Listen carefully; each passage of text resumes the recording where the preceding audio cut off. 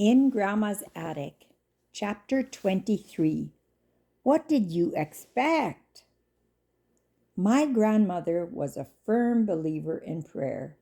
She assured me that God always answered when we prayed in faith.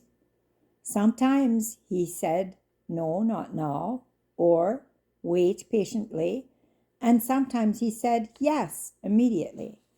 I never tired of hearing Grandma's stories about her answers to prayer. "Grandma, tell me about the time Grandpa needed shoes."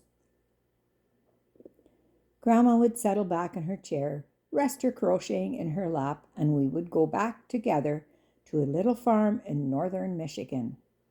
Well, Grandpa and I had moved to the farm. All week he worked hard to make a living for us. Your mother was just a little girl then, and your uncle just a baby. On Sundays, Grandpa preached in the little church at the Corners. None of the people who came had any more money than we did, but they were generous with chickens and fruit and vegetables. We always had lots to eat. But finally the day came when Grandpa said, "Mabel, I just can't get up in the pulpit again with these shoes. My toes are coming out and I'm afraid to move for fear someone will see them." It was true. His toes were out and his mended socks could be seen taking the air. "Well," I said, "we have no money for shoes and nothing to sell to get any. We'll have to ask the Lord for them." Grandpa did not believe that we should ever ask the Lord for something we could provide if we set our mind to it. But shoes did seem to be out of the question, so we began praying for a pair of shoes. I am sure Grandpa thought about those shoes several times during the week, but he never mentioned them again. He went about his work on the farm confident that the Lord would provide what was needful. On Saturday morning, a buggy came up our lane and Grandpa went out to meet it. It was one of our members with a chicken for Sunday dinner.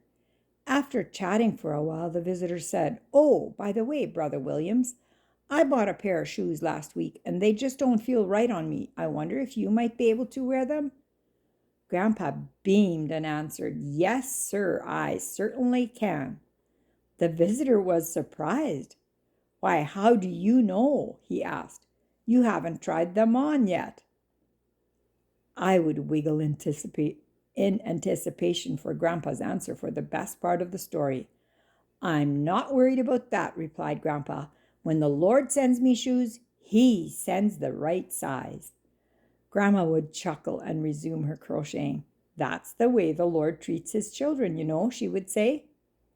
While Grandma's stories thrilled me, and I had a healthy respect for her prayers, it was not until I was 9 years old that I was privileged to witness an answer that convinced me that God did indeed listen when Grandma spoke. We had been making jelly this morning, and the sun shone through the filled glasses on the table. The paraffin to pour on top was heating slowly on the stove. Suddenly, a small spark touched the paraffin, and it blazed up, igniting the wall behind the stove. Maybe I should explain here what paraffin is. Paraffin is wax that they used to melt, and then they would pour it on top of their jars of jams, and that would seal them so they would stay good. Then they didn't can them, but they just had that layer of wax and it was sealed around the edges. So that's what this is talking about. So suddenly a small spark touched the paraffin wax and it blazed up, igniting the wall behind the stove. Quickly the fire spread to the ceiling. Terror-stricken, I began to run toward the door. I shall never forget Grandma as she stood with the wooden spoon in her hand and looked up at the ceiling. "Lord, please put it out," she said. And he did. That very moment, not a spark was left. Had it not been for the blackened wall and ceiling, I might have dreamed it.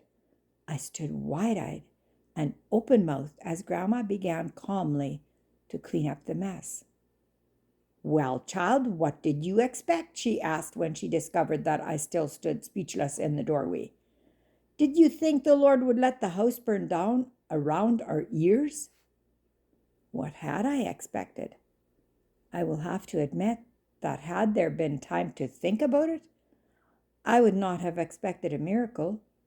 Oh, yes, I knew God performed miracles. I was brought up on those stories. But for me, that was too much to presume.